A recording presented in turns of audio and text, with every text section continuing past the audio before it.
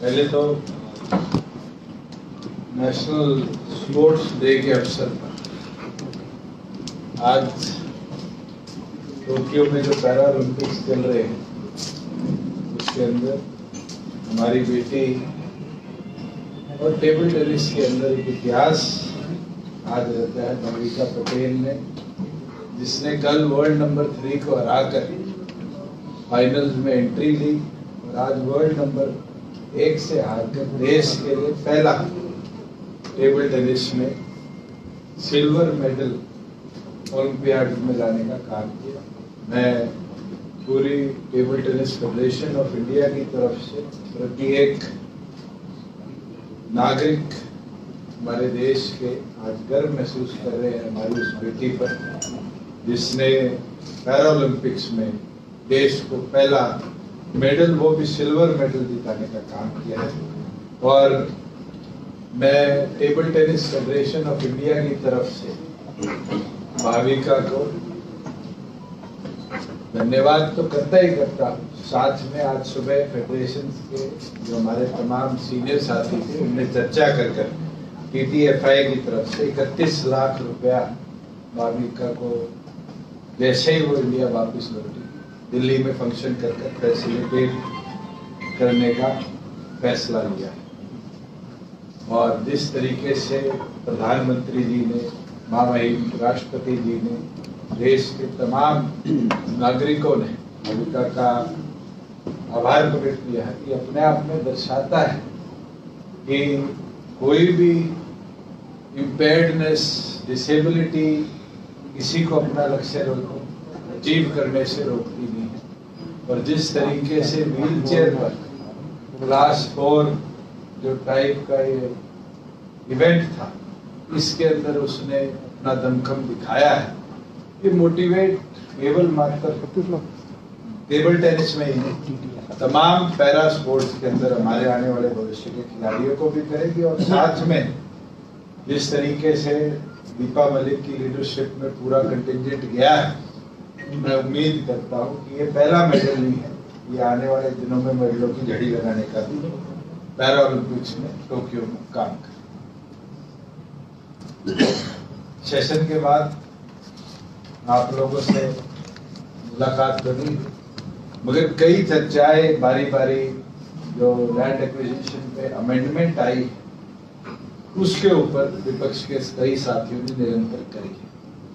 मैं कई डाटा आपके साथ जरूर शेयर करना चाहूंगा कि जनवरी 2021 से लेकर अगस्त के अंतिम दिनों में हम बैठे और ई भूमि के माध्यम से अलग अलग 49 प्रोजेक्ट्स के लिए, जो कि नॉन लीनियर प्रोजेक्ट्स थे, जैसे एयरपोर्ट एक्सपेंशन की बात थी, मंडी बनाने की बात थी, सीवरेज ट्रीटमेंट प्लांट के लिए जमीन की बात थी, अलग अलग 49 प्रोजेक्ट्स के लिए हरियाणा सरकार ने 845 एकड़ जमीन किसानों से ली है, जिसके बदले में 360 करोड़ के लगभग पैसा किसानों को मिला है। और उसके अंदर प्रोजेक्ट्स भी बड़ी वेरिएशन के हैं, जैसे एम्स रेवाड़ी, क्योंकि बहुत लंबी एक मांग भी उस इलाके की थी, लोगों ने उसके लिए संघर्ष किया। हमारी 3 दिन पहले बैठक हुई और 40 लाख रुपए प्रति एकड़ के हिसाब से 140 एकड़ जमीन किसानों को अपनी सहमति से उस प्रोजेक्ट के लिए देने का काम। करनाल एयरपोर्ट की हमारी एयर स्ट्रिप के एक्सटेंशन का काम था, 52 एकड़ जमीन उसके लिए है। जींद हमारा पुराने जिलों में से एक जिला गिना जाता है, एक बहुत बड़ी समस्या जींद के अंदर पीने के पानी की, और उसके लिए ओवर द पीरियड हमारे प्रयास भी रहे कि वहाँ वाटर वर्क्स की जो एक डिमांड है उससे है कि उसको पूरा किया जाए।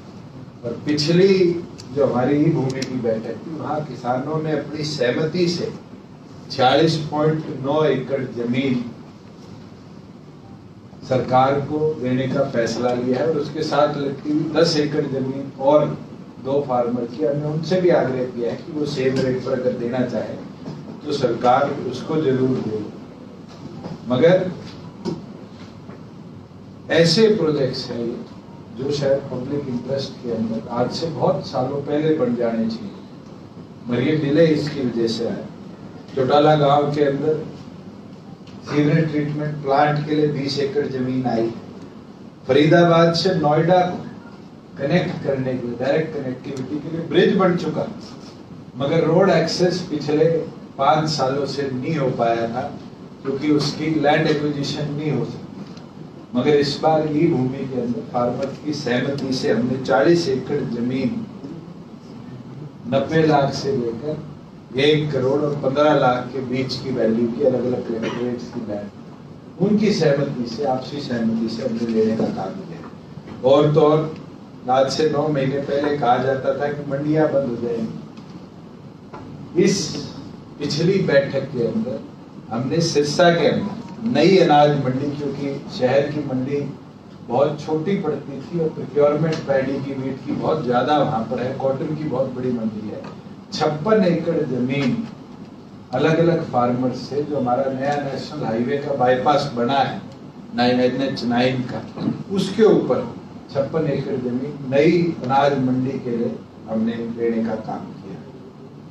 मैं तो इतना बोलना चाहूंगा, कई ऐसे लीनियर प्रोजेक्ट्स हैं और उसकी चर्चा डिटेल के अंदर भी हमने हाउस में भी करी थी। उनके अंदर आज भी NHAI है और जो हमारा land acquisition resettlement and rehabilitation act है, उसके अंदर निरंतर एक्विजिशन होती रही है, मगर क्योंकि उसमें डिलेड पीरियड चलता है और एक कोर्ट में जाने की भी प्रक्रिया है, उसके लिए हमें ये अमेंडमेंट करनी पड़ेगी। और इससे किसी की ना तो जमीन नॉन लीनियर प्रोजेक्ट्स के लिए ली जाएगी या नॉन डिफेंस प्रोजेक्ट्स के लिए या नॉन नेशनल हाईवे प्रोजेक्ट्स के लिए नहीं ली जाएगी। अगर आने वाले समय में भी इस तरह के प्रोजेक्ट्स जैसे वाटर वर्क्स है, एयरपोर्ट एक्सटेंशन है और जो प्रोजेक्ट्स होंगे स्टेट गवर्नमेंट, तो उनको हम ई भूमि के माध्यम से ही लेने का काम करेंगे। जहाँ प्रोक्योरमेंट की बात आती है, मैं आपके साथ साझा करना चाहूँगा, खरीफ के सीजन में हमने टोटल 15,325 करोड़ रुपया फार्मर्स के खाते में डीबीटी करने का काम किया। इसके अंदर जो हमारे आड़ती भाई हैं उनको 340 करोड़ रुपया जो उनकी सर्विसेज है, उनकी आड़त है, दामी के तौर पे देने का काम किया। पहली बार हुआ कि 9% इंटरेस्ट रेट पे अगर किसी फार्मर की पेमेंट डिले हुई तो 1 करोड़ 20 लाख के लगभग उसको इंटरेस्ट हरियाणा सरकार ने उसके खाते में ही डीबीटी करके देने का काम किया। और आने वाले दिनों में जो पैडी की, बाजरे की, मूंग की, मूंगफली की, मक्की की प्रोक्योरमेंट होगी, उसके अंदर भी तमाम फार्मर्स को इसी तरीके से डीबीटी के माध्यम से 48 से 72 घंटे के बीच में उसके पैसे को ट्रांसफर भी करेंगे और अगर डिलेड होगा तो उसका इंटरेस्ट देने का भी निर्णय लेंगे।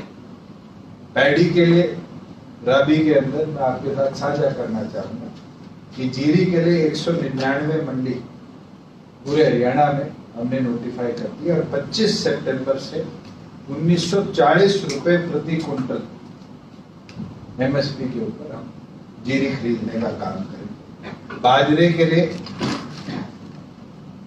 86 मंडियां प्रदेश भर के अंदर नोटिफाई करी गई। मक्की के लिए 19 मंडियां पूरे प्रदेश भर के अंदर नोटिफाई करी गई। मूंग के लिए 38 मंडियां और मूंगफली के लिए 7 मंडियां प्रदेश के अंदर नोटिफाई करी गई। MSP में आपके साथ साझा कर दूं, बाजरे का 1250 प्रति क्विंटल है, मक्की का 1870 रुपए प्रति क्विंटल, मूंग का 7275 रुपए प्रति क्विंटल और मूंगफली का 5550 रुपए प्रति क्विंटल है, जिसकी प्रोक्योरमेंट 1 अक्टूबर से तमाम डेजिग्नेटेड मंडियों में करी जाएगी। मूंग का कितना होता है सर? मूंग बाजरा 2250, मूंग 2250, 22 मूंग का 5550, मूंग का है 7275 रुपए प्रति क्विंटल, 38 मंडियां हैं। मूंगफली का 5550 रुपए 7 मंडियां है, मक्की की 1870 रुपए 19 मंडियां। साथ में मैं एक चीज आपके साथ जरूर साझा करना चाहूंगा कि हमने पिछले दिनों प्रदेश भर के अंदर जो अन्न वितरण प्रोग्राम था उसकी शुरुआत करी और उसके अंदर 60,000 metric tonne wheat 1 crore 22 lakh लाभार्थियों को हमने नवंबर 2021 तक देने का निर्णय लिया है। 18 अगस्त को और 19 अगस्त को पूरे प्रदेश भर में उत्सव के तौर पर बनाया गया है और 32 स्टेट्स और यूटीज के अंदर वन नेशन वन कार्ड के माध्यम से तमाम लोगों को इसका बेनिफिट आज मिल रहा है। एक जरूर खासियत है वन नेशन वन कार्ड की कि आज हमारे प्रदेश में 16,828 ऐसे कार्ड होल्डर है जो हरियाणा प्रदेश के राशन कार्ड होल्डर नहीं है, पर वो हरियाणा प्रदेश के अंदर इस योजना का लाभ उठाने का काम कर रहे हैं। कई लोग बारी बारी सरसों का तेल बंद हो गया इसका विषय बनाकर चर्चा कर रहे हैं। हाउस में भी कांग्रेस के सदस्यों ने इसका सवाल भी लगाया था और उसका जवाब दिया। उस दिन के बाद ट्रांजैक्शन और हुई है।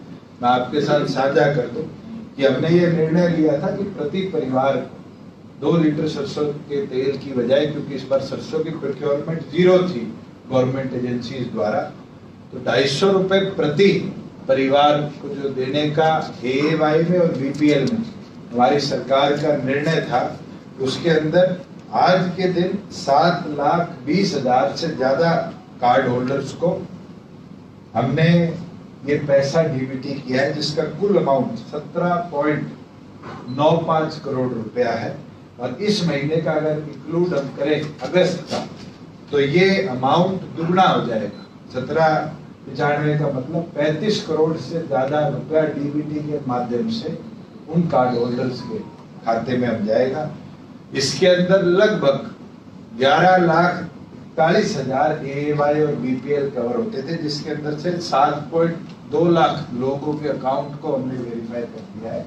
लगभग 4.2 लाख कार्ड होल्डर ऐसे हैं जिनके लिए department of food civil supplies ने मेरा परिवार.हरियाणा.gov.in एक पोर्टल बनाया है जो PPP के साथ भी लिंक्ड है, आपके राशन कार्ड के साथ भी लिंक्ड है। मैं आपके माध्यम से भी आग्रह करूंगा कि अगर आप इसको आम जनता तक पहुंचाएं तो हम जल्द से जल्द 4.25 लाख लाभार्थी जिनके अभी अकाउंट्स अपडेटेड नहीं है आधार के साथ या उनके राशन कार्ड के साथ या परिवार पहचान पत्र के साथ, उनको भी लाभ उसका मिल जाएगा।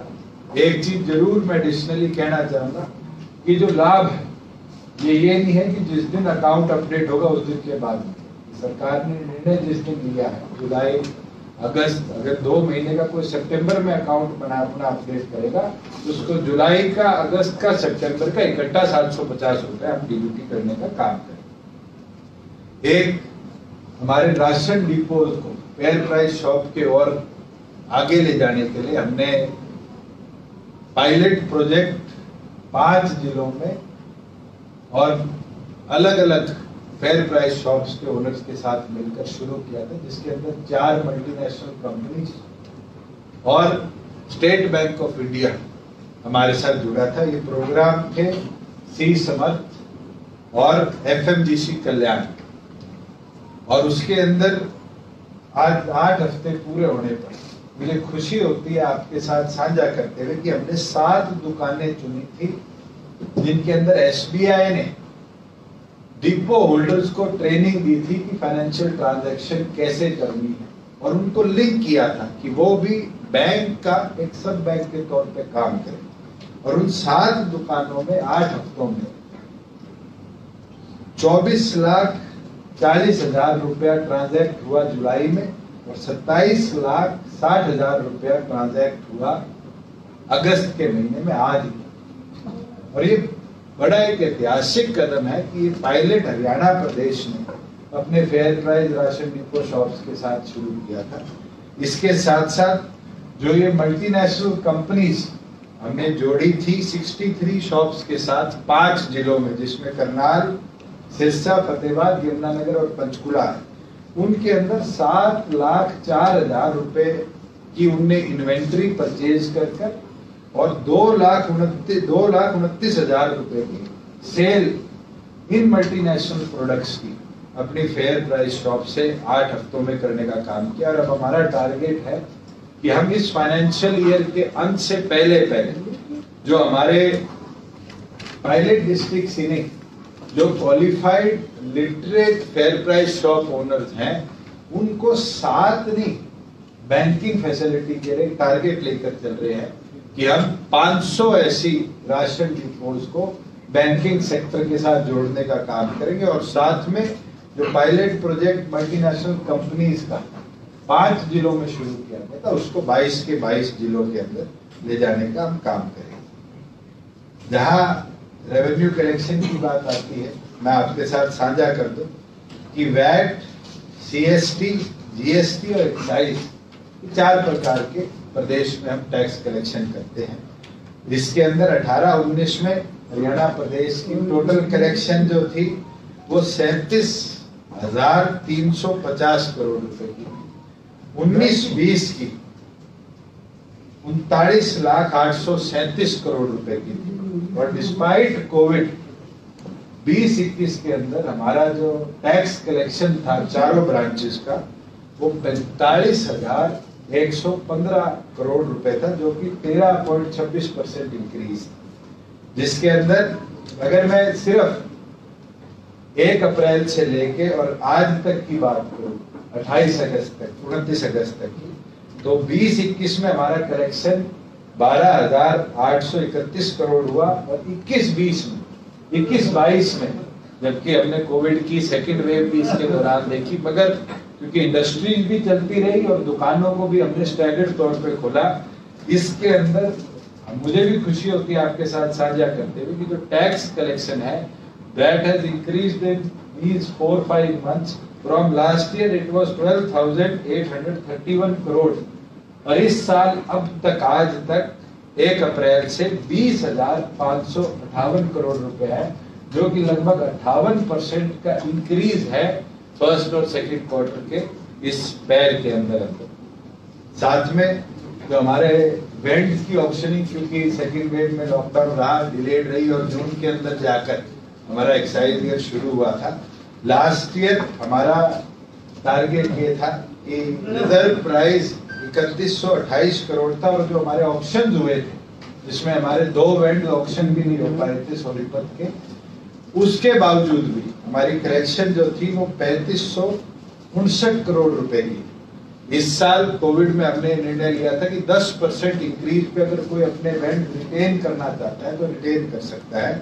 उसके अंदर 85% के लगभग हमारे जो वेंडी थे उनने अपना रिन्यूअल कराया। उसके साथ साथ बचे 15% भी पहली बार है प्रदेश के इतिहास में कि लेस देन 50 डेज में तमाम हमारे जोन ऑक्शन हुए, और जो कुल रेवेन्यू आया है वो पिछले साल जहां 3559 करोड़ था, इस साल 3803 करोड़ रुपए थे, जिसमें 250 करोड़ से ज्यादा की वृद्धि हुई है।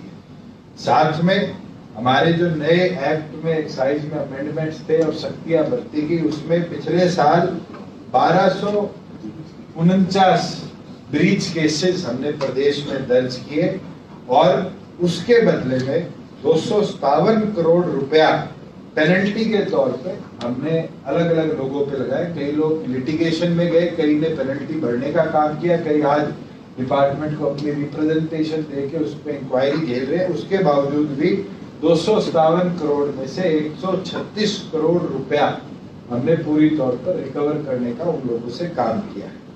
एक चीज और कि जो हमारा एडिशनल कोटा डिपार्टमेंट का उठता है, उसमें 17-18 में 12.9% था, 18-19 में 3.7% था, 19-20 के अंदर मैं नहीं बता सकता क्यों 0.05% था, मगर 20-21 के अंदर क्योंकि सख्ती रही, नए लॉ का लोगों को डर रहा, 25.45% एडिशनल हमारे एक्साइज का कोटा उठा।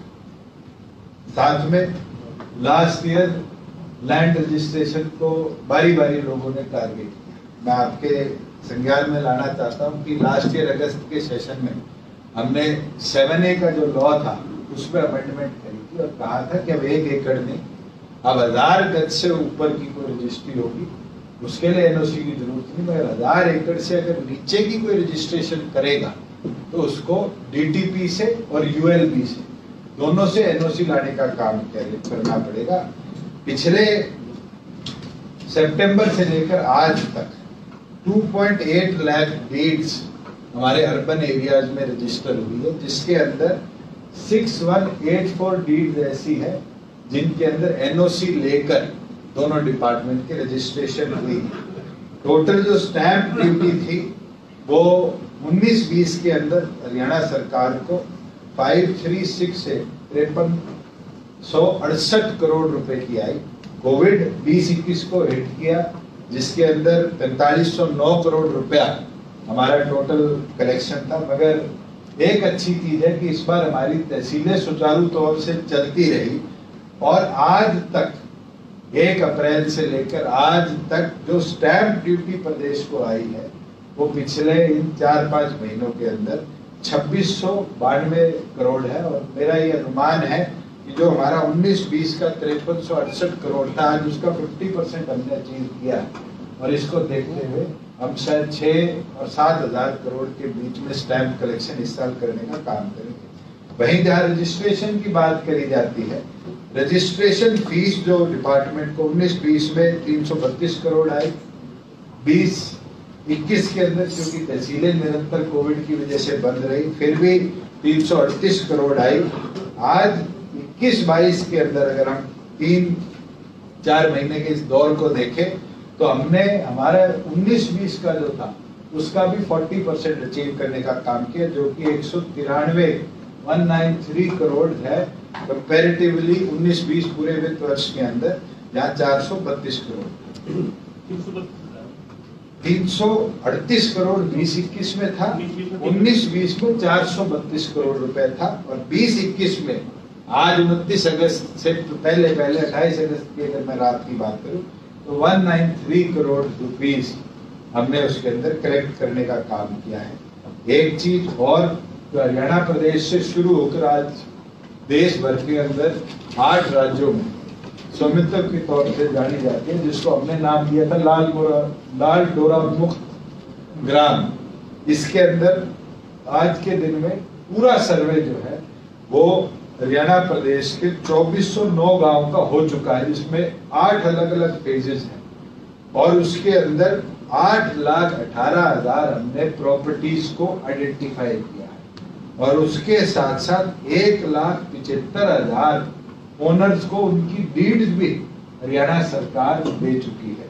और 1,75,000 जो डीड्स है वो 2045 गांव के अंदर डिस्ट्रीब्यूट हुई है। कई क्योंकि आपसी सहमति गांव में नहीं बनती, इसका प्रोसेस हमने बना रखा है कि वीडियो लेवल पर, डीसी लेवल पर वो ऑब्जेक्ट कर उसकी फेयर सुनवाई भी कर सकते हैं और सुनवाई कर उसका टाइमलीनेस के साथ प्रेजेंटमेंट अपनी रिजॉल्व करा के फैसला करवा सकते हैं। तो प्रदेश के अंदर ई भूमि से लेकर स्वामित्व तक हमने जो बड़े बदलाव करे हैं, आज उसका लाभ आम नागरिक को देखने को मिल रहा है।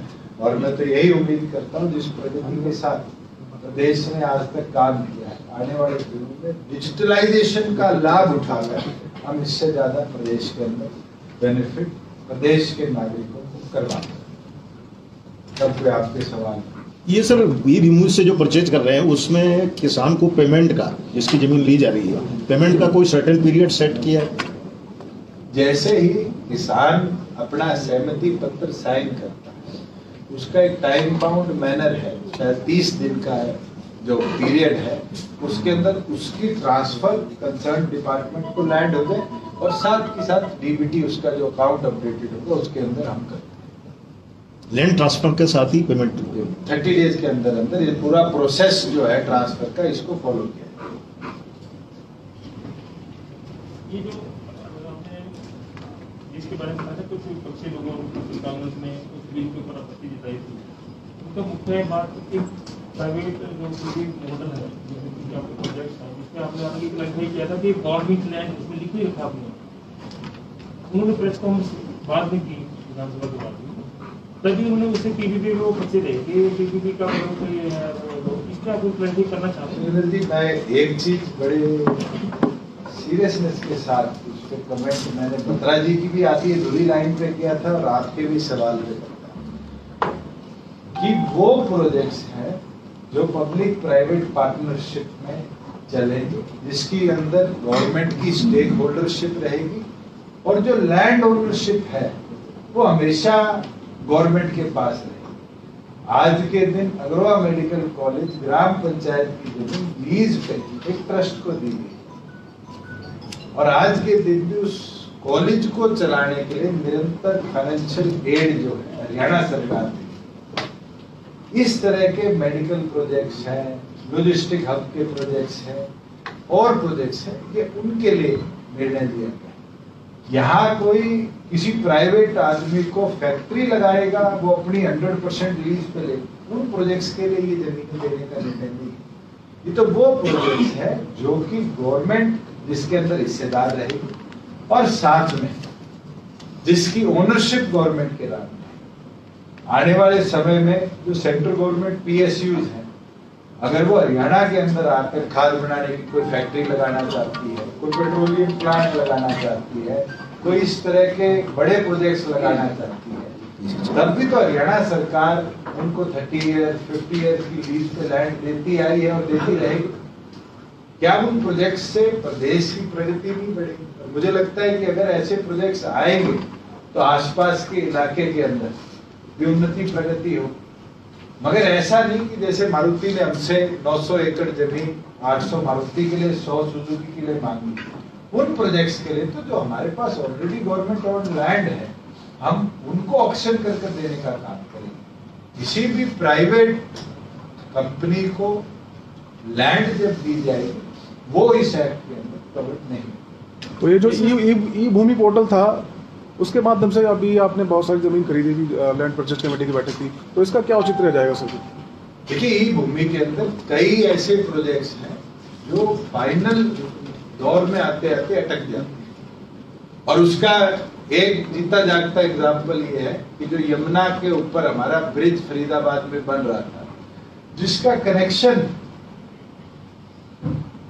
नोएडा के जो ग्रेटर नोएडा एरिया है उसके साथ होना, अब उसके अंदर 40 एकड़ जमीन के ऊपर एक्विजिशन हो नहीं सकती और चर्चा फार्मर से 2016 की चल रही है। 16 से लेके 21 आ गया, 5 साल कास्ट हुआ हुआ ब्रिज पड़ा है, उसके एंट्री एग्जिट का एक्सेस नहीं मिल पाए, इसलिए प्रोजेक्ट डिले। कई ऐसे प्रोजेक्ट है जो लीनियर प्रोजेक्ट कराए जाते हैं जिससे केवल मात्र 1 या 2 व्यक्तियों का लाभ नहीं होता और 1-2 व्यक्तियों के रुकने से हजारों लोगों का नुकसान जरूर ऐसे प्रोजेक्ट्स के अंदर अगर हमें, मैं नहीं मानता कि हमें अभी तो प्रेसिडेंट का असेंट भी इसके अंदर आना है, जब तक प्रेसिडेंशियल असेंट नहीं आएगा जब तक ये एक्ट लागू नहीं होगा और गॉड फॉरबिड हमें कभी जरूरत भी ना पड़े। मगर ये अमेंडमेंट इसलिए कराएगी कि अगर ऐसे लीनियर प्रोजेक्ट को रुक जाता है जो स्टेट इंटरेस्ट का, नेशनल इंटरेस्ट का है, उसके अंदर एक्विजिशन अगर हमें करनी पड़े तो हम टाइमलीनेस के साथ पहले मतलब उसी प्रक्रिया से आप जमीन लेने के लिए जाएंगे जो एग्जिस्टिंग है, उसके बाद अगर सहमति नहीं बनती पहला तो कदम हरियाणा सरकार का रहेगा। वो पहले भी हमने क्लैरिफाई किया है, विधानसभा में भी किया है कि वो पहला कदम तो ई भूमि पर है। पर अगर ई भूमि के अंदर हमें 50 एकड़ के प्रोजेक्ट के लिए 47 एकड़ मिल गया और सेंटर में कोई 3 एकड़ नहीं देता तो हम कंसोलिडेशन एक्ट के तहत भी उसको शिफ्ट कर सकते हैं। और अगर वो शिफ्ट नहीं होता तो लास्ट रिजॉर्ट तो अगर प्रोजेक्ट बनाना है, चलाना है, उसके लिए तो कहीं ना कहीं सेफगार्ड हमें भी लोगों के इंटरेस्ट को करना पड़ेगा। ये लैंड एक्विजिशन का तो आपने कर दिया, काफी हो गया। एक बड़ा हटके क्वेश्चन था जो कल घटनाक्रम होता है तो वो अफसर का वीडियो वायरल होता है, उसको आप किस तरह से देखते हो? 2018 बैच के एक IAS अफसर का वीडियो वायरल हुआ है और मैं तो इतना बोलना चाहूंगा कि जो बातें कही गई हैं और बाद में भी शायद कोई क्लैरिफिकेशन आए कि 2 दिन से नहीं सो पाए, वो शायद ये नहीं जानते कि किसान भी 365 दिन में से 200 रातें नहीं सोते और उसके लिए इस तरह की शब्दावली का इस्तेमाल एक IAS अफसर का करना निंदनीय है। और मुझे लगता है कि जब उनको सिखाया जाता है, पढ़ाया जाता है, तब भी उनकी ट्रेनिंग का एक बड़ा अहम हिस्सा है जिसके अंदर उनको इंटीग्रिटी और अपने एक्शंस को बैलेंस करने के लिए किया जाता है। जरूर कार्रवाई हो और जो बात कही गई है उसका जवाब देने का काम। उसमें पिछली बार जो घटना था उसी तरह का क्षेत्र में घटा था, तो आपने उसको इंटर दिया था, जो सबसे बात करी, अफसरों की कार्रवाई करी। इस बार आपने क्या बात की? देखिए, जिस तरह का एक्शन वहां दूसरी ओर से भी दिखा है कि आप उसको सपोर्ट करते हैं, कस्सी से लेकर अटैक किया जा रहा है। मैं तो ये पूछना चाहता हूँ कि जब नई मंडियां बन रही है, MSP पे फसल खरीदी जा रही है, किसी की जमीन को कोई भी आज के दिन किसी भी कंपनी ने कब्जा करने का काम नहीं है, तो आज विषय क्या बचा है?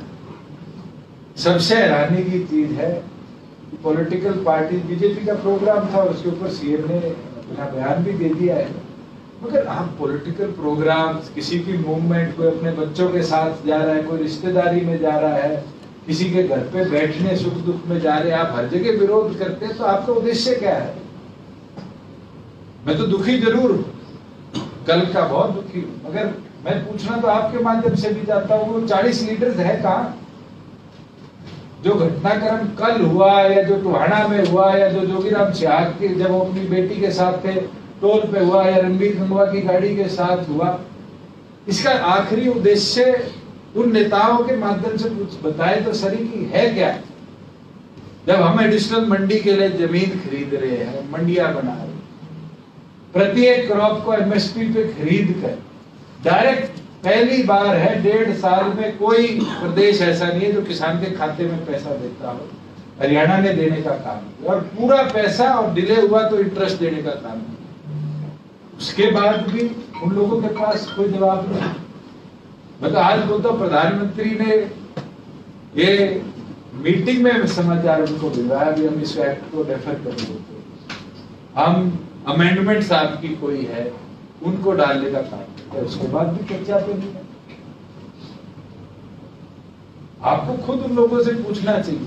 तो आपको इस सारी चीज का सलूशन क्या नजर आता है कि वहाँ डेडलॉक बना है? मैं तो निरंतर बोलता है कि आप उन 40 लोगों से पूछिए, चर्चा करना चाहते हैं, मैं केंद्र सरकार से चर्चा करूँ। चर्चा जब तक नहीं हो, विषय समाप्त नहीं होगा। या तो ये पंजाब चुनाव को देखते हुए कदम है, वो भी 5 महीने बाद पूरा हो लेगा, फिर देखिए। मगर नागरिकों को 9 महीने से आपने एक एजेंडा के माध्यम से बिठा रखा है और अब आप इस एग्रेशन में आगे हैं कि आप तमाम तरीके की व्यवस्था को बिगाड़ने के ऊपर चल पड़े। पंजाब सरकार तो ये कह रही है, पीछे जाकर साहब ने बयान दिया पूरा मंच पे चढ़ के कि आंदोलन पंजाब में होना था, हम इसे मोल्ड करके हरियाणा की धरती पे ले आए। तो अब आप इसको थोड़ा एलोबरेट करो कि पंजाब में चुनाव बारी बारी बोलता है कि हरियाणा में ना मंडी बंद होगी, ना MSP खत्म होगी, ना किसी की जमीन पे कब्जे होंगे। अब पंजाब में अगर ये वारदात हो रही है और पंजाब के लोग परेशान हैं, तो पंजाब की सरकार इस पे जवाब दे। उनके तो खुद के पार्टी के पूर्व अध्यक्ष भी, नए अध्यक्ष भी हरियाणा को प्रेज करते आए। आपने खुद नवजोत सिद्धू का बयान देखा है, जो PCC पंजाब के अध्यक्ष है, और वो ये कहते हैं कि हरियाणा में गन्ने की जो रेट है बहुत अच्छे, और अगले दिन अमरिंदर सिंह को झुक के रेट बढ़ाने पड़ते हैं। ये तो अपने आप में दर्शाता है कि उनकी एग्रीकल्चर पॉलिसी फेल्ड है, और उस फेलियर की वजह से पंजाब के लोग नहीं, पंजाब के कुछ चुनिंदा नेता हरियाणा की जन भावनाओं को खराब करते हैं। सर, अंत कहाँ देखते हैं? 9 महीने का वक्त बीत चुका है, आए दिन झड़प हो रही है, किसान पिटते हैं, किसान अरेस्ट होते हैं, फिर उनको छोड़ दिया जाता है, प्रोटेस्ट होता है, लोकल जनता हरियाणा अंत तो एक ही है, कोई चर्चा करे और चर्चा करे। Sir, can't you suggest the Tamil Nadu like measure for Haryana also? I think Tamil Nadu or one of the state has refused to accept 3 bills. अभी तो मैं तो आपको बोल रहा हूँ कि ये फार्मर ओरिएंटेड बिल ही नहीं है। इन 3 एक्ट्स में फार्मर की इनसिक्योरिटी कहाँ है, उसके ऊपर भी तो चर्चा हो। सबसे बड़ा सवाल तो ये है कि फार्मर्स को ढाल बनाकर कुछ मिडिलमैन ने और कुछ यूनियंस ने इस एजिटेशन को चलाया है। सर, पंजाब सरकार की बात कर रहे थे आप। कल कैप्टन अमरिंदर सिंह ने भी बयान दिया है कि जो घटनाक्रम हुआ जिसमें प्रदर्शनकारी पे हिंसक हुए, घटना दुर्भाग्यपूर्ण है और ये कहीं ना कहीं सरकार के एक प्रायोजित घटनाक्रम था, ये उन्होंने कल बयान दिया है। पंजाब सरकार का प्रायोजन था या हरियाणा का? हरियाणा का। उनके अध्यक्ष तो कहते हैं कि हम तो इसको पंजाब में रखना चाहते थे, हरियाणा में चला गया। बहुत अच्छी बात है। पहले पंजाब सरकार इस पे तो जवाब दे कि जाखड़ साहब के उस बयान से क्या कांग्रेस की और पंजाब सरकार की मंशा साफ नहीं। और मैं तो हैरान हूं कि कल वाले घटनाक्रम के बाद ऐसे ऐसे कांग्रेसी हरियाणा के नेता सोशल मीडिया के माध्यम से एक्टिव हो गए जिनको शायद प्रदेश की जनता ने विधानसभा चुनाव के बाद देखा ही ना। ऐसे लोग हैं जो इस एजिटेशन के अंदर जाकर आग लगाकर वापिस आके अपने घरों में बैठ गए। कौन सा कांग्रेस का ऐसा नेता है जिसने डे 1 से लेकर आज तक 9 महीने फार्मर के साथ उन टेंटों में गुजारने का काम किया? ये तो वो लोग हैं जो सुबह जाते हैं, फोटो कराते हैं और फिर 2 महीने 3 महीने बाद ये घटना पर बयान दे देते। दुष्यंत जी, जो कल घटना हुई थी उसमें एक किसान की मौत हुई है, घरौंडा का किसान था सर, उसकी देर रात हार्ट अटैक आने से मौत हुई है सर। देखिए, हार्ट अटैक आने से नहीं, उसको चोट भी लगी थी, लाठीचार्ज के दौरान वो घायल भी हुआ था और देर रात उसकी मौत हुई है। और अभी मुकदमे भी सुने पूरे हरियाणा में दर्ज हो रहे हैं चारों कल के इंसिडेंट्स के अंदर। कल तो शायद जहाँ तोड़फोड़ हुई है, जहाँ कहीं व्यवस्था को बिगाड़ने का काम किया, पुलिस का काम है, पुलिस उस पर कार्रवाई करेगी। और मेरे ख्याल से एडीजी लॉ एंड ऑर्डर ने कल बड़े ब्रीफली अपनी बात को आपके बीच में रखा। पर आप सर उनकी बात नहीं सर, इस मामले की जांच नहीं होनी चाहिए क्या? एक डेथ हुई है सर, एक करना पड़ा। The word was mild use of force. अगर आप पे रणवीर जी मैं कस्सी से अटैक करूं तो आप फूलों की माला तो नहीं पहनाएंगे।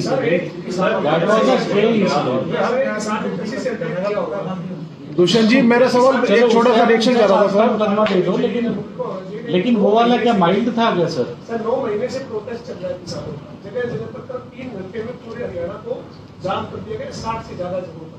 ऐसे में आपका स्टैंड क्या है? आप फार्मर के साथ हैं?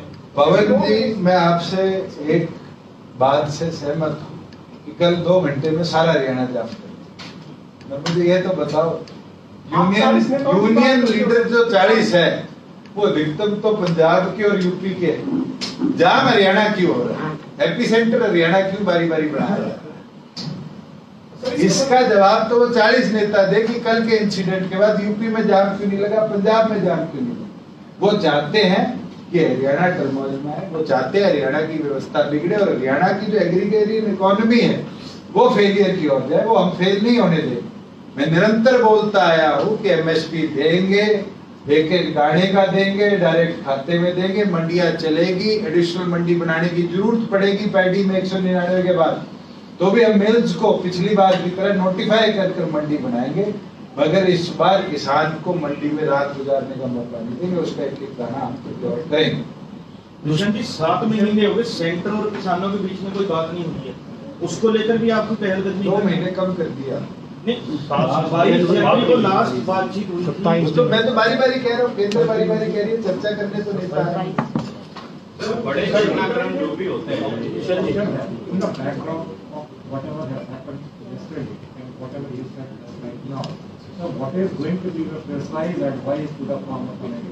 मैं तो सबसे ये आग्रह करूंगा कि आप सब जो कुछ लोग आज चाहते हैं कि प्रदेश की एग्रीगेरियन इकोनॉमी, प्रदेश की किसानी कमजोर, और अगर आप विश्वास रखते हो कि प्रदेश की किसानी कमजोर नहीं होने देंगे आप, तो आप इस मुहिम को, इस मूवमेंट को समझने का काम करें। ये मुहिम पंजाब में क्यों नहीं जा रही, राजस्थान में क्यों नहीं जा रही, ये मुहिम उत्तर प्रदेश में क्यों नहीं जा रही? बारी बारी तीनों प्रदेशों के लोग आकर हरियाणा को उकसा रहे हैं। इनका लक्ष्य हरियाणा की अर्थव्यवस्था के साथ किसानी को कमजोर करना इनका लक्ष्य। दुष्यंत जी, उकसाना एक तरीके से अपराध माना जाता है, किसी तरह काम करवाना, और कई बार ऐसा हुआ है, तो अब तक कोई सख्त कार्रवाई क्यों नहीं हो पा रही? कार्रवाई हो पाती है, अलग-अलग जगह वापस आ जाती है, अलग-अलग जगह जहाँ जहाँ व्यवस्था बिगड़ी वहाँ कानूनी तौर पर जो कार्रवाई करनी पुलिस विभाग ने करी है, और आने वाले दिनों में उसके आपको सर फिर उसके बाद वापस जो लोग हैं उनको आप वापस छोड़ देते हैं, कभी वो उपद्रवी बन जाते हैं, कभी मुट्ठी भर या कुछ लोग हो जाते हैं, कभी मास्क की वजह से पहचान भी नहीं होती सर, और कभी वो 3 घंटे में पूरा हरियाणा जो है वो ऐसे जाम कर देते हैं कि बसें नहीं चलती हैं, पब्लिक ट्रांसपोर्ट बंद हो जाता है। इसका नुकसान किसको और फायदा किसको? इसका नुकसान केवल मात्र हरियाणा के लोगों को है और फायदा अगर किसी को है तो उन यूनियंस के माध्यम से जिन स्टेट्स में इलेक्शन होने हैं वहाँ की पॉलिटिकल पार्टीज के एजेंडा। तो सर सारी चीजें सरकार को पता है, तो उनके खिलाफ कार्रवाई करके इस आंदोलन को खत्म कर रहा है सरकार। अगर कोई कार्रवाई एक दिन में नहीं अनुसार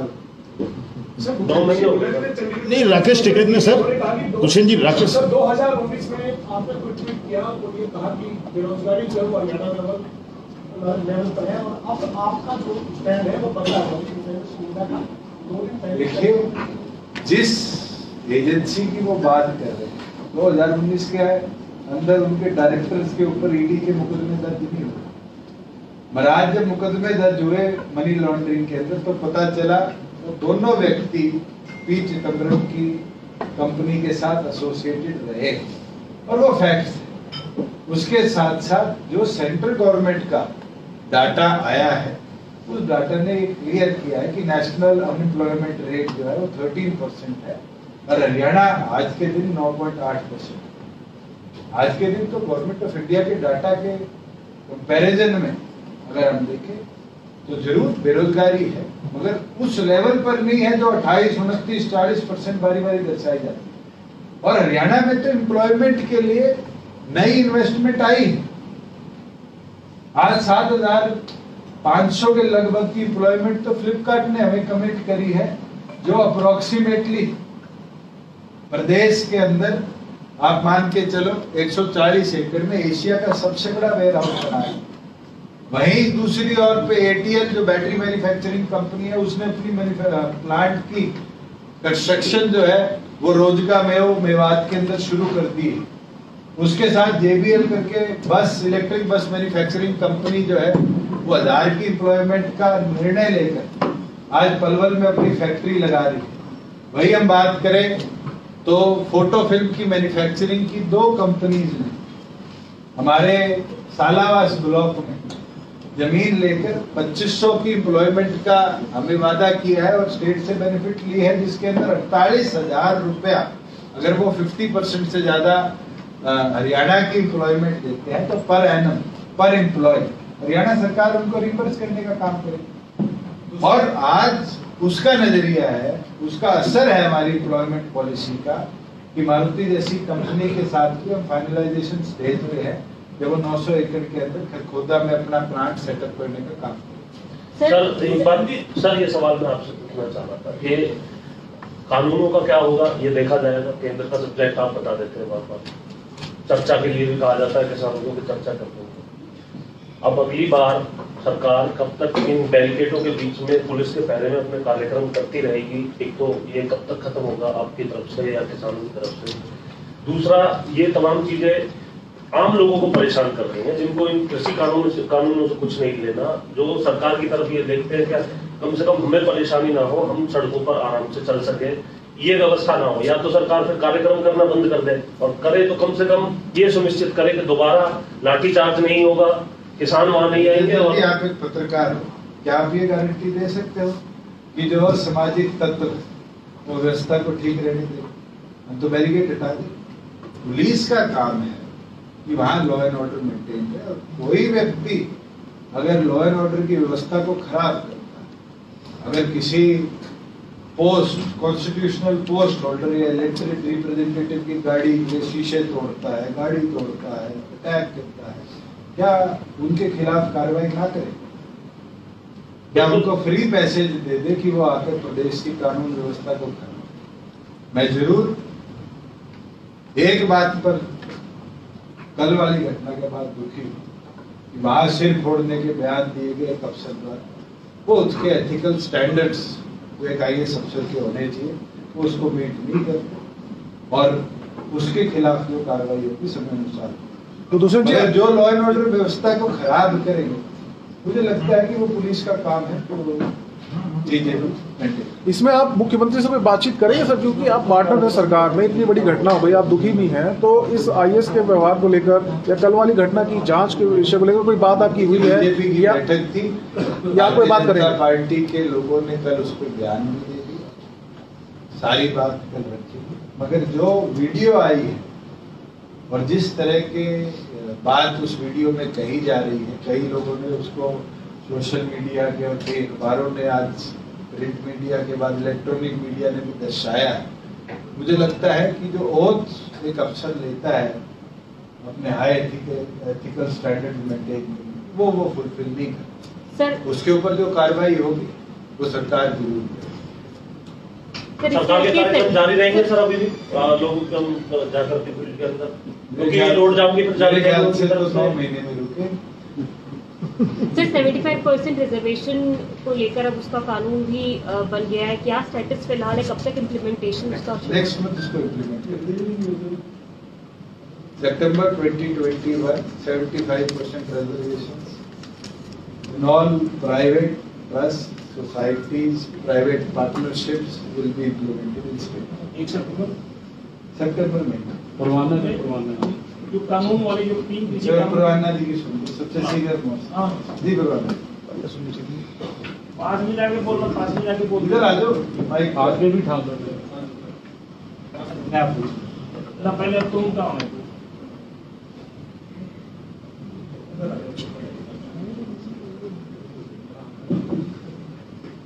थैंक यू वेरी मच जी।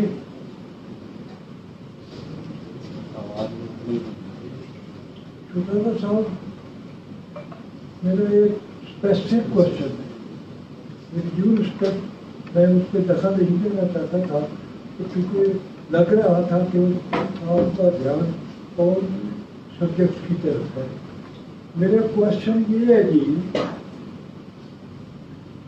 कि हरियाणा विधानसभा का एक बाई इलेक्शन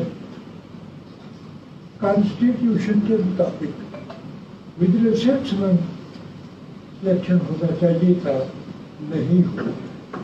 इलेक्शन कमीशन ने रोक दिया है या हरियाणा सरकार ने रुकवा दिया है।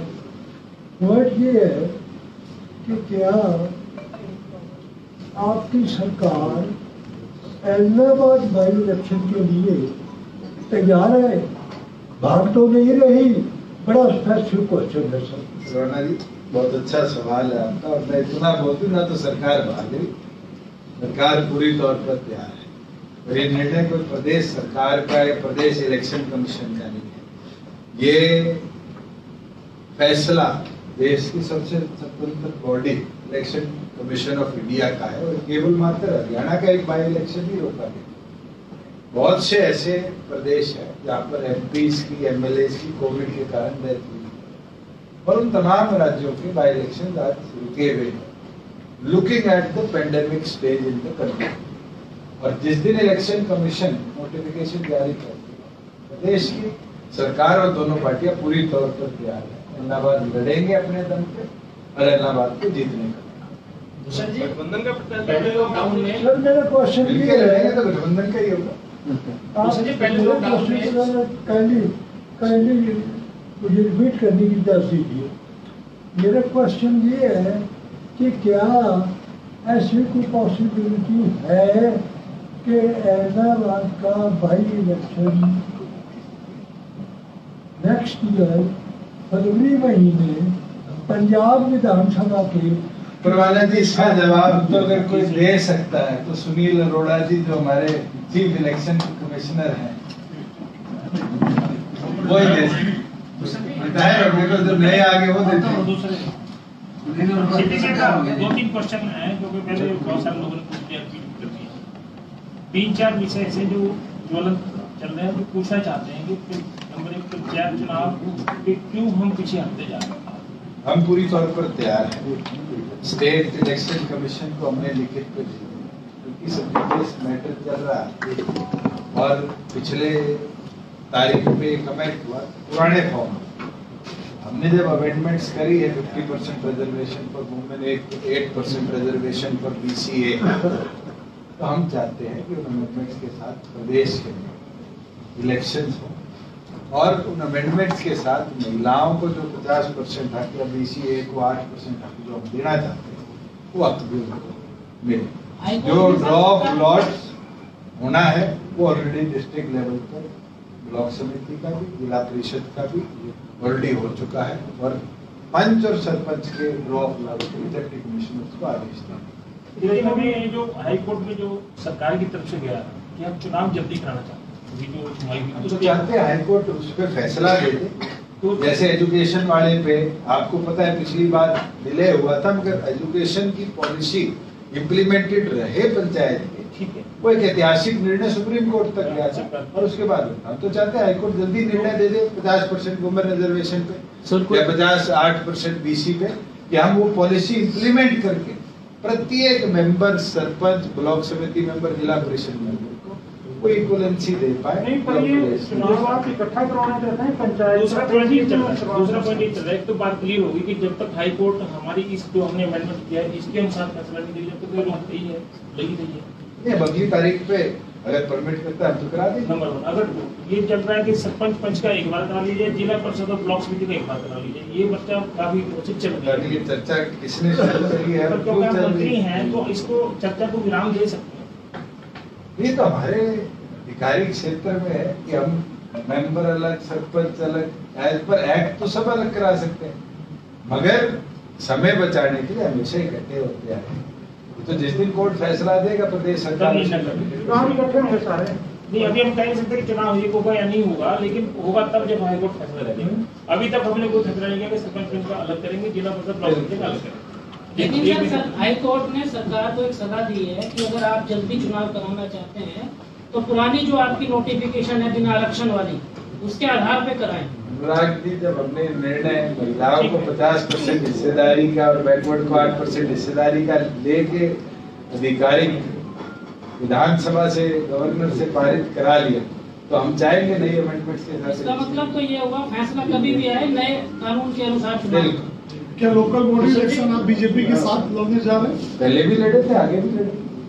दूसरा जी, मेरा एक सवाल था, पहले लॉकडाउन में एक शराब घोटाला का मामला सामने आया था, SCT बनी थी, SIT में, उसकी रिपोर्ट अध्ययन करने के लिए सेक्रेटरी को दी थी, तो अभी वो अध्ययन चल रहा है या पूरा हो गया?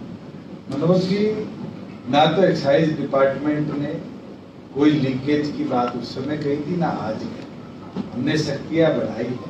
मैंने आपके साथ डाटा भी शेयर किया है कि 1249 ब्रीच केसेस पूरे प्रदेश में पिछले एक्साइज ईयर में दर्ज हुए, जिसमें 250 से ऊपर करोड़ की पेनल्टी लगाई और 136 करोड़ रुपया हमने रिकवर किया। वो पुलिस का काम है। जो नॉन ड्यूटी पेड अगर कोई भी शराब होती है तो उस पर पुलिस का काम है। सर, ये कोई बाइफिकेशन आप देंगे टैक्स कलेक्शन की और कंपैरेटिव फिगर्स बिफोर? आप अगर लेना चाहे CGST कितना है, SGST कितना है, excise before and after lockdown, petrol, diesel, बिल्कुल महीने वाइज अगर आपको चाहिए तो वो भी आप लेकिन साहब जो इशू जो कल वाला हुआ, ये जो कोई प्रतिनिधि घटना है, वो इशू तो ये है कि 3 कृषि कानून जिसपे किसान आंदोलन चल रहा है, चाहे वो आपको यूपी, पंजाब और राजस्थान के लीडर करवा रहे हैं, वो कह रहे हैं कि 3 कृषि कानून वापस। आप क्या चाहते हैं कि कृषि कानून वापस हों या अमेंडमेंट? मैं तो अगर प्रदेश की बात करूं, 3 चीजें जो मैंने कही, ये मुद्दा बन के 3 कृषि कानूनों के ऊपर आई। मंडी बंद हो जाएगी, MSP खत्म हो जाएगी, जमीन पे कब्जे। 1 साल में ना तो मंडी खत्म हुई, एडिशनल मंडीज हमने तीनों प्रोक्योरमेंट में करी, और साथ में इस बार तो हमने सिरसा के अंदर 56-57 एकड़ जमीन खरीदी है कि एडिशनल मंडी वहां बनाएंगे।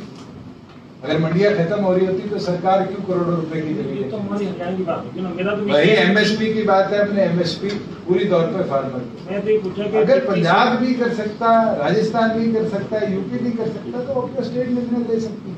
हम तो कृषि कानून के पूछे, मैंने महाराज ये पूछा कि हरियाणा में क्या करते हैं। पहली चीज तो आप मेरे को महाराज कह रहे हैं, मैं आपको बता दूं कृषि कानून तीनों ही हैं। 3 अलग-अलग हैं। ये तीनों कृषि कानून नाम दिया जा रहा है, वो दिया मैंने। एक स्टोरेज का है, एक उसका है, लेकिन इनमें कोई अमेंडमेंट होनी चाहिए या नहीं होनी चाहिए? हमने भी निरंतर प्रपोज करी है, केंद्र भी उन पे सहमति अपनी देगी थी, मगर जब वो जो एजिटेशन के लीडर्स थे उनकी सहमति नहीं बनी प्रेजेंटेशन करता, सहमति बन जाएगी, अमेंडमेंट्स आ जाएगी, अमेंडमेंट्स के लिए प्रधानमंत्री भी तैयार है, केंद्र सरकार भी तैयार है। पर अल्टीमेटली तो सर वर्कर्स तो वो सारी पार्टीज के ही हैं, जो भी फार्मर्स हैं या जो प्रोटेस्टर्स हैं, अल्टीमेटली तो सारी पार्टीज के ही वर्कर्स हैं। तो why don't you your party और anyone else spread a word? Party की तरफ से बात करूंगा, पार्टी की तरफ से आज सरकार की तरफ से कर रहा हूँ। तो I assure every farmer despite ही जेजेपी, बीजेपी, कांग्रेस, INLD और हलोपा, अगर वो फार्मर है, I will secure his interest. और for that in last 1 year I have spoken widely that we will not let MSP go down, we will not let any market to be shut। और आज उसका असर है कि कोई मंडी कभी बंद होती थी, आज वो भी सारी सुचारू तौर से चल रही है। पहली बार है कि दामी का 360 करोड़ रुपया खरीफ का ऑलरेडी आड़तियों के खातों में जा चुका है। सर पिछले साल आपने बाजरा 7.5 लाख मीट्रिक टन 2250 रुपए में खरीदा था और आपको वो 1300 रुपए में बेचना पड़ा था इतना खरीद के। इस बार पता लगा कि कुछ लक्ष्य आपने खरीद कर घटा दिया। ना तो लक्ष्य पे भी चर्चा हुई है, ना खरीद कितनी होगी उसके ऊपर चर्चा हुई। अभी तो एग्रीकल्चर डिपार्टमेंट को ये आदेश दिए गए, मेरी फसल मेरा ब्यौरा से 30 तारीख तक जितने भी रजिस्टर्ड फार्मर्स होंगे उनकी वेरिफिकेशन एग्रीकल्चर डिपार्टमेंट कराएगा। प्रति एकड़ 8 क्विंटल जो प्रोक्योरमेंट है उस हिसाब से हमें डाटा प्रोवाइड करेगा। परसों जो हमारी लास्ट प्रोक्योरमेंट की बैठक हुई थी उसके अंदर 13,000 जो प्लास्टिक के हमारे गनी बैग्स होते हैं उसकी शॉर्टेज 7.5 लाख को देखते हुए थी। उसकी प्रोक्योरमेंट के लिए टेंडर इशू करने के आदेश दे दिए गए। पूरी तौर से प्रदेश सरकार तैयार है। अगर बाजरा इतनी किसान का भी रजिस्ट्रेशन हो सकेगा। आज के दिन तो हम अपने देश के किसान को अश्योर कर पाए, वही हमारी बहुत बड़ी अचीवमेंट है। क्योंकि इतिहास में अनुराग जी शायद मेरे जन्म से लेकर आज तक 33 सालों में एक ही ऐसा समय था जब 30,000 मेट्रिक टन बाजरा प्रोक्योर हुआ 2003 के, और फिर 2019 के अंदर 1.5 लाख मेट्रिक टन, और 2020-21 में पहली बार था कि देश के अंदर हरियाणा इकलौता राज्य था जिसने 7.25 लाख मेट्रिक टन बाजरे की प्रोक्योरमेंट की। आज वो बढ़ती है घटती है, ये हमारे 4 अलग-अलग तरह के सर्वे चल रहे हैं। वो डाटा आने के बाद सरकार उसको निर्णय। दुष्यंत जी, अभी कुछ डिपो में राशन डिपो में खराब अनाज पाया गया था, कैथल में, करनाल में, कुछ अधिकारी सस्पेंड भी किए थे। क्या मामला था सर? और अलग-अलग जगह कंप्लेंट आई थी कि खराब राशन भेजा गया है। एक बुलाना की भी वीडियो मेरे पास किसी ने आज से हफ्ता पहले रात को भेजी थी, जहां गेहूं की ढेर में पानी की पाइपलाइन लगाकर उसको खराब किया जा रहा था। उसके ऊपर कल हमने 4 इंस्पेक्टर्स को सस्पेंड भी किया जिनने गलत रिपोर्ट बनाकर भेजी थी। इसी प्रकार से अलग अलग डिस्ट्रिक्ट के अंदर हमने इंस्पेक्शंस भी कराई है और सख्त कार्रवाई भी उन लोगों के विरुद्ध हुई है जिनने वेयर हाउस से लेकर डिपो तक जाते हुए राशन को डबल चेक नहीं किया। जरूर एक समस्या जो अब सामने आई, जो गुहाना का इंसिडेंट था, वहाँ पत्थर की शेप में गेहूं डिफॉर्म थी, वो कारण ये था कि जो स्टैक था फूड सिविल सप्लाईज का, उसका लास्ट स्टैक की बोरी थी। जब प्रेशर रहता है तो कोई भी चीज है, ज्यादा प्रेशर में तो पत्थर भी बढ़ जाती है, मिट्टी। अगर उस तरह से कोई खराबी है तो अगली बार उसको पहले चेक कर फिर सप्लाई किया जाएगा। मगर हमने अश्योर किया है कि जो अब इस सन महोत्सव से लेकर और नवंबर तक राशन वितरण होगा उसका एक एक दाना हम डबल चेक कर भिजवाने का काम करेंगे कि डिपोज के ऊपर जो ओवरबर्डन आज के दिन है, हर आदमी चाह रहा है कि उसका 5 किलो गेहूं उसको जल्द से जल्द मिले, उसमें कोई भी इस तरह की खराबी ना। विपक्ष की तरफ से 3 ऐसे विषय हैं जिस पे मैं चाह रहा हूँ कि सरकार का पक्ष होगा, सरकार के जरूर बैठे हैं और उसमें आप मार्ग दें, 2 आपके महकमे से वो बार-बार विधानसभा के अंदर ही बोलते हैं, आपने भी सुना और के बाद और प्रेस कॉन्फ्रेंस में फिर किया, फिर जब बोलेंगे तो हम आपसे पूछते हैं। एक तो शराब घोटाले की बात करते हैं कि शराब घोटाले की सीबीआई जांच में जुडिशियल जांच होती है, एक डिस्ट्रिक्ट घोटाले की बात करते हैं कि उसमें 200-300 तहसीलदार अफसरों को उनका नाम आया था, उसको दब गया। और तीसरा पेपर लीक वाले मामले में सीबीआई की जांच की गई, होम ने कुछ जांच कर दी, मुख्य मांग की थी, सरकार ने उसकी जांच की। इन तीनों में से कुछ कहना चाहते हैं? देखिए, जहाँ आप रेवेन्यू की बात कर रहे हैं, हमने 8 रेवेन्यू ऑफिसर्स के खिलाफ सख्त कार्रवाई भी करी और उनके खिलाफ आज FIR दर्ज भी है, इन्वेस्टिगेशन इन प्रोसेस, और उनको सबको रीइंस्टेट करने के बाद नॉन NCR रीजन के अंदर पोस्ट किया गया। जहाँ बात आप कर रहे हैं पेपर लीक की, मैंने तो पहले भी कहा है, आज भी कहता हूं कि सख्त कार्रवाई तमाम ऐसे लोगों के खिलाफ जो पेपर जैसी लीकेज जैसी जगह में मिलते हैं। और इसके ऊपर हमने प्रदेश में कानून भी बनाया है कि आप अगर इस तरह की गतिविधि में पाए जाते हैं तो 2 से 3 साल सजा, और अगर आप इसके अंदर मास्टरमाइंड है तो 7 से 10 साल की सजा आपको मिलेगी। और मुझे लगता है कि अगर इस पूरी कार्रवाई के दौरान जो भी लोग इन्वॉल्व होंगे हम उस एक्ट के अधीन उनके खिलाफ भी कार्रवाई करेंगे। वो जो शराब घोटाले की वो बार-बार करते हैं, या तो हमारे डिपार्टमेंट का था, हमने जो ब्रीच केसेस, तो शराब एक्साइज डिपार्टमेंट से बिल्कुल नहीं था, पुलिस के गोदाम के अंदर से निकली शराब जो L1 और L13 से जो L1 L13 से जहाँ भी ब्रीच हुई थी उसके 1250 केसेस दर्ज हुए और उसके ऊपर हमने 256 करोड़ रुपए की कमेटी लगाई, जिसमें 136 करोड़ रुपया हमारे को रिसीव। पर वो घोटाला नहीं माना जाएगा क्योंकि तो ब्रीच माना जाएगा। अगर ब्रीच का केस है तो ब्रीच माना जाएगा, इसलिए वो घोटाला मामला नहीं है। वो जो पुलिस के गोदाम से निकला वो पुलिस का। पर उसके बाद रूल रेगुलेशन कोई चेंज किया सर, गोडाउन बनाने का रूल या कुछ ऐसा? हमने पहले ही इस पूरे जहाँ पकड़ी गई पूरी घटनाक्रम से पहले ही एक्साइज एक्ट में बड़ी अमेंडमेंट करी थी, जिसमें कांग्रेस के विधायकों ने बड़ा शोर शराबा किया था कि इससे तो लोग जेल में जाने लग गए। जिनके दुख था उनका दुख विधानसभा में दर्शा। एक चीज और आपके साथ साझा करना चाहूंगा कि हरियाणा ने इंडस्ट्रीज में कदम उठाया था 1 डिस्ट्रिक्ट 1 प्रोडक्ट, और प्रधानमंत्री ने इस साल के बजट पे पूरे देश में 1 डिस्ट्रिक्ट 1 प्रोडक्ट को लागू करने का बजट स्पीच में वित्त मंत्री से ऐलान किया।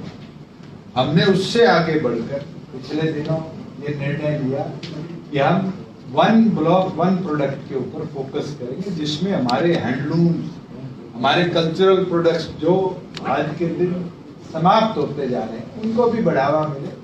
और हमने Amazon, फ्लिपकार्ट, आपके जो बड़ी मल्टीनेशनल कंपनीज हैं उनके साथ अलग अलग MOU भी करेंगे। और अब ये प्रिंसिपली अप्रूवल हमने दे दिया है। नेक्स्ट मंथ हम 1 प्रोडक्ट 1 ब्लॉक की योजना प्रदेश के अंदर लागू करने का काम करेंगे, जिससे प्रदेश की जो MSME है उसको खास तौर पर बढ़ावा भी मिलेगा। और 140 ब्लॉक्स के अंदर अलग अलग प्रोजेक्ट्स को जो हमने चिन्हित किया उनको स्पेशल इंसेंटिव के तौर पे हम डेवलप करवाने का भी काम करेंगे। एक क्योंकि अभी आपने निवेश की बात की थी और वो महत्व की आवश्यकता है, क्या आपके पास कोई डाटा है कि पिछले 7 साल में हरियाणा में कितना निवेश हुआ? आपको सेपरेटली भेज सकता हूं। अभी इस क्वेश्चन पे हमेशा जब भी मैं CM से और डिप्टी CM से बात करता हूँ इसका सेपरेट आंसर देते हैं। नहीं, आज अगर इंडस्ट्री की आप मेरे से बात निवेश की बात, क्योंकि निवेश मैं भी की आपको बात खाने के ऊपर बैठे आपको सारा डाटा दे दूंगा। अभी इस वर्ष में 200 करोड़ है, इसमें 500 है, इसमें 1000 है। सर क्योंकि 6 लाख करोड़ के आसपास के MOU हुए थे 2016 में। तो जो हुए थे मैं उस पर टिप्पणी नहीं, ये कंटिन्यूटी है ना। आप अगर पिछले 21 महीनों की बात करेंगे तो उसका डाटा मंथ वाइज आता है, उससे पिछले का कोई बदल लेना देना नहीं। सर जो अफगानिस्तान के जो स्टूडेंट्स हैं जो हरियाणा के अंदर है उनके सामने एक दिक्कत आ रही है, जो फाइनल अपनी कर चुके हैं ग्रेजुएशन का, उन्हें आगे एडमिशन नहीं मिल रहा क्योंकि कुछ के सामने पैसे की दिक्कत है या कुछ और दिक्कत है। ICCR के थ्रू जो आए थे यहाँ पर और उस वजह से उनका वीजा भी एक्सटेंड नहीं हो रहा है। कुछ कुरुक्षेत्र यूनिवर्सिटी के कुछ छात्र थे जिनसे हमारी बात। जितेंद्र जी, मेरे को जब मैं मुख्यमंत्री जी के ब्रदर के गया था उस समय MDU रोहतक के 4 छात्र मेरे से जुड़े। उसके बाद ACS हायर एजुकेशन से मैंने चर्चा भी करेगी और इस पर निर्णय भी सरकार ने लिया कि कुल 31 छात्र कुरुक्षेत्र यूनिवर्सिटी में, जिसमें ऑन कैंपस आज शायद 11 छात्र और 11 छात्र एमडीयू यूनिवर्सिटी में, जिसमें ऑन कैंपस आज 4 छात्र। सरकार ने आदेश दोनों यूनिवर्सिटीज को दे दिया है कि कोई भी छात्र अगर कैंपस में रहना चाहेगा, जब तक वहां से यहाँ बैंकिंग ट्रांजैक्शन नहीं होगी, उस पर कोई प्रतिबंध नहीं, कोई छात्र भूखा नहीं करेगा।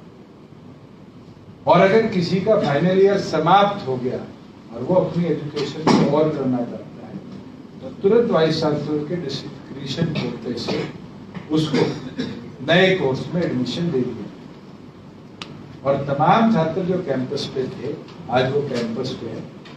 एमडीयू का एक केस जरूर था कि जिसकी एजुकेशन समाप्त हो गई थी, उसको बाहर रुकना पड़ता था, उसको भी वापस कैंपस में शिफ्ट करने के आदेश दे दिए। प्लस तमाम छात्रों के लिए जो अफगानिस्तान से हिंदुस्तान में शिक्षा लेने आए हैं, ये आदेश भी जारी कर दिया गया है कि अगर इनकी फीस नहीं भी आती तो work as you study policy जो गवर्नमेंट ऑफ हरियाणा की है, उसके माध्यम से इनके खातों को लिंक कर इनकी ना तो एजुकेशन बाधित हो, ना इनके रहने की व्यवस्था में कोई बाधा आए। वो हमारे देश के मेहमान भी हैं। आज हमारे देश के अंदर वो अगर शिक्षा लेने आए तो ये हमारी जिम्मेवारी बनती है। और अगर किसी को पर्सनल कोई इस तरह की दिक्कत है तो हम उसको फोकस कर मैं तो चाहूंगा कि छात्र संगठन इतने हैं, वो मिलकर भी एक एक दो दो बच्चों को गोद ले, तो आज के दिन ऐसी मजबूरी तो नहीं आएगी कि किसी छात्र को बाहर रहना पड़ेगा। और अगर जरूरत पड़ेगी तो मैं स्वयं ही इसका खर्चा उठाऊंगा, पर मुझे नहीं लगता कि जरूरत पड़ेगी। तो देश सरकार ने ऑलरेडी उसके ऊपर आदेश जारी किया। भोजन की व्यवस्था शायद